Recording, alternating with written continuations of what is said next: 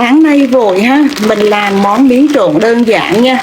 Miến trộn này là miến trộn sẵn liền rồi đây. Miến trộn ăn liền ha, nhưng mà mình sẽ thêm rau và mình sẽ thêm tôm vào ha.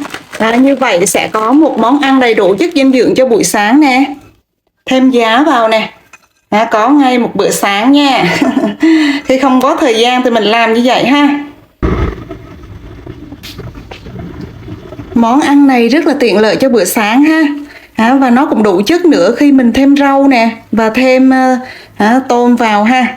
Như vậy là có một bữa sáng rất là đầy đủ chất luôn. Ăn nó cũng ngon miệng nữa.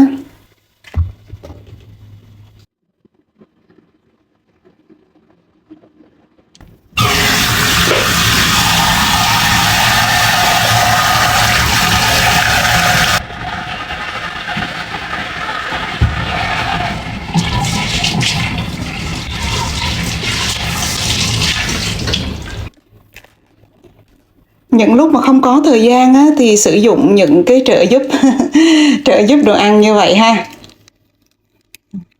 Ai phát minh ra những cái món này cũng giúp hỗ trợ rất nhiều cho những bà nội trợ ha.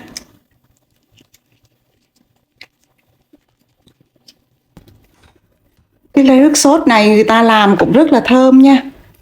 Mình sẽ thêm một ít gia vị như là nước tương nữa thôi. Cho nó mặn mà hơn chút xíu.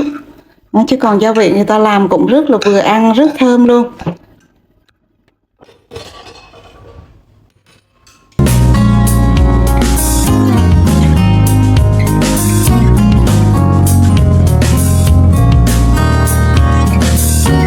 Mình sẽ luộc thêm một ít tôm ha, để vỏ để cho vào cái món miến trộn này.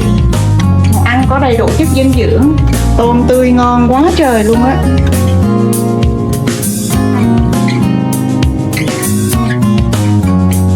Cho ít tiêu nha. Hành lá nè. Không thể thiếu hành phi ha. Một món trộn rất là hấp dẫn nha. Nói chung là quả thật là mình cảm thấy mình cũng may mắn ha. Vì vẫn được chăm sóc gia đình nè, vẫn có thực phẩm để ăn nè. Còn bạn, thật sự mình muốn hỏi rằng bạn có ổn không ha? Bởi vì mình nhìn thấy mọi điều trên thế giới này đều có dấu hiệu bất ổn. Và mình với vai trò là một người chủ doanh nghiệp, đồng thời là người mẹ, người vợ, thì mỗi ngày của mình đều có rất là nhiều nỗi lo luôn. Tâm sự thật là như vậy đó. Mình cũng đang học cách tìm được sự cân bằng để không quá căng thẳng và lo âu. Nấu ăn và chăm sóc gia đình là những điều thật sự mình yêu thích và giúp mình tìm được sự cân bằng. Mình cũng hiểu rằng sức khỏe vô cùng quý giá, và nếu như mình quá căng thẳng, mình sẽ không khỏe. Mà khi sức khỏe của thể chất và tinh thần không tốt thì mọi vấn đề sẽ không được giải quyết tốt, đúng không ạ?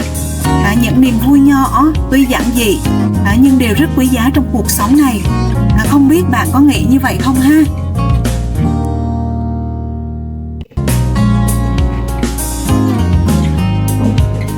Ngon không bạn?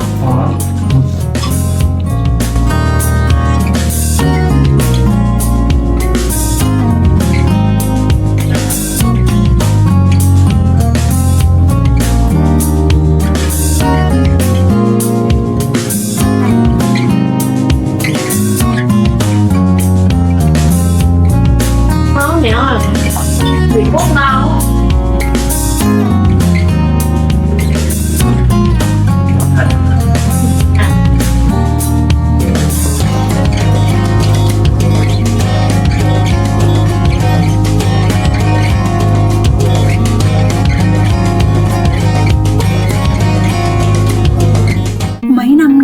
Tình hình kinh tế khó khăn, mình nghĩ có lẽ ai cũng gặp nhiều điều không dễ dàng trong cuộc sống hoặc là công việc ha. Người không có tiền thì tất nhiên là khổ rồi, nhưng người có tiền mà không thể làm gì để sinh lợi cho tiền chắc cũng thấy bứt rứt và khổ không kém ha. Ai cũng hiểu thì ngồi không chỉ có ăn thôi thì của cải là núi cũng lỡ thôi mà. Và họ thực sự muốn làm việc, muốn kinh doanh kiếm tiền. Những điều này đã thôi thúc mọi người tìm kiếm các cơ hội kinh doanh ha. Và không thể để đồng tiền nằm yên một chỗ, nó chắc chắn phải sinh lợi nha. Ai cũng nghĩ là như vậy hết. Thế nhưng trong thời kỳ khủng hoảng kinh tế thì mình nghĩ bảo toàn vốn cũng là một cách thức sinh ra lợi nhuận tối ưu nhất ha, giúp vốn không thất thoát.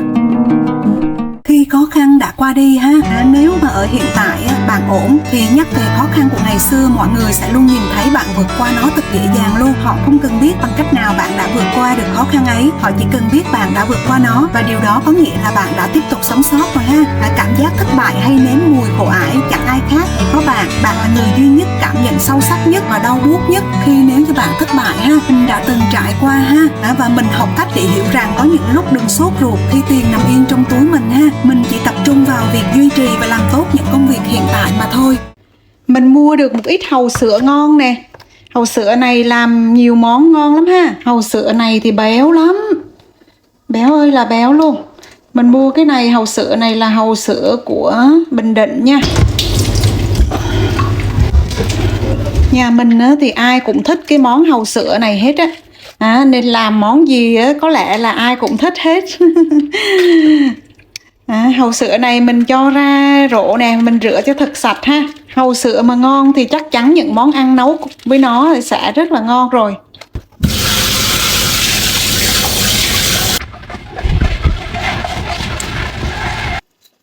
Hàu thì nói chung là một loại hải sản ha, nên chắc chắn là nó sẽ có mùi tanh rồi, nên là khử cái mùi tanh đó của hàu thì không có gì khác hơn là mình sẽ dùng gừng ha.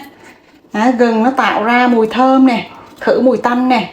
Nhà mình sẽ làm món hàu chiên trứng nha.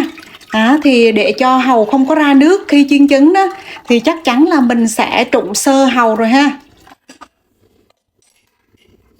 Mình cho một ít muối vào nước trụng hàu nha, vài lát gừng vào thơm ha. Đây chính là mẹo nhỏ ha, để cho hàu không ra nước và hàu vẫn thơm ha, để làm món hàu chiên trứng nha. Hàu thơm và ngon ha, thì cái món trứng chiên hàu nó sẽ ngon lắm. Mình chờ nước sôi ha, mình sẽ cho hàu vào mình trụng. Mình trụng sơ hàu nha. Hàu khi được trụng sơ ha, sẽ săn chắc lại và không ra nước khi mình chiên cùng với trứng đó. Thì tạo ra một món ăn trứng chiên hàu rất là ngon. Mình trụng sơ hàu thôi nha, và mình vớt ra liền ha. Những con hàu rất là béo ha, mấp míp ghê chưa. Ngon ơi là ngon luôn đó ha. Thích dễ sợ luôn, món ăn ngon đó mà. Món ngon quá ha, mình tha hồ ăn nếu như làm ở nhà nha. Nó rẻ, nó đâu có mắc đâu ha. Hàu này thì vừa nhiều dinh dưỡng nè, vừa tươi ngon nè, mà giá cũng mềm nữa. Ở nhà làm mình ăn cho nó đã thèm luôn. Món hàu ha mà chiên với trứng á, là món ăn rất là hấp dẫn nha. Nhiều người còn sử dụng làm món ăn để nhâm nhi nữa đó ha, nhưng mà mình thì sử dụng làm ăn cơm, bởi vì nó rất là bổ dưỡng luôn. Một món ăn ngon ha, cho gia đình nè. Cho thêm một ít mayonnaise vô trong này nha, một ít muối nè, một ít bột nêm ha, tiêu cho thơm, giúp món ăn thêm thơm ha. Và một ít bột bắp nha, mình cho một ít bột bắp vào ha, để giúp giòn hơn và kết dính nha. Mình quấy đều ha, cho tan tất cả mọi gia vị và trứng cũng đánh quấy tan luôn nè. Mọi cái nó tan hết rồi đó ha. Bây giờ mình sẽ cho hàu đã trụng sơ vào nha. Và mình sẽ có món hàu chiên trứng rất là ngon nha. Món ăn này là có lẽ là hao cơm nhất trong bữa cơm hôm nay ha. Nó vừa béo nè, thơm nữa, ăn thì chắc là cuốn lắm, nên là mọi người chắc là sẽ ăn món này nhiều. Để chờ xem chồng và các con của mình thích món này và ăn nhiều không nha. Phi ít hành cho thơm làm món hàu nha.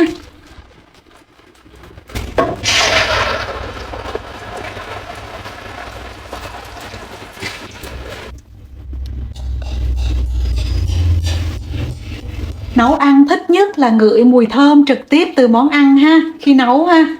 Trời ơi, cái món hàu nè, chiên trứng này nó thơm lừng luôn rồi đó. Nấu ăn thú vị thật đó ha, thơm quá thơm luôn rồi ha.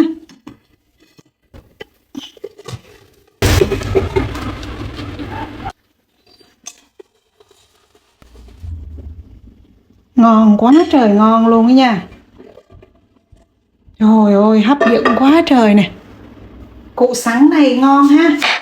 Trời mà nóng nóng như vậy ăn củ sắn rất là thanh mát luôn nha. Hôm nay mình sẽ làm củ sắn xào ha. Củ sắn xào ha là một món ăn rất ngon cho mùa hè nha, vì nó thanh mát đó mà. Món củ sắn xào này hồi nhỏ mình hay ăn lắm, bởi vì nó là một món ăn nói chung là nguyên liệu dễ tìm nè, rẻ nè, và nói chung ngon nữa, nên là lựa chọn cho rất là nhiều gia đình thời lúc đó ha. Và một món ăn ngon như vậy nó theo mình suốt đến khi mình lớn lên, bây giờ mình vẫn thích luôn. Và mình cũng muốn nấu lại những món ăn ngon cho gia đình đó, nên mình nấu, chồng và con mình cũng thích lắm.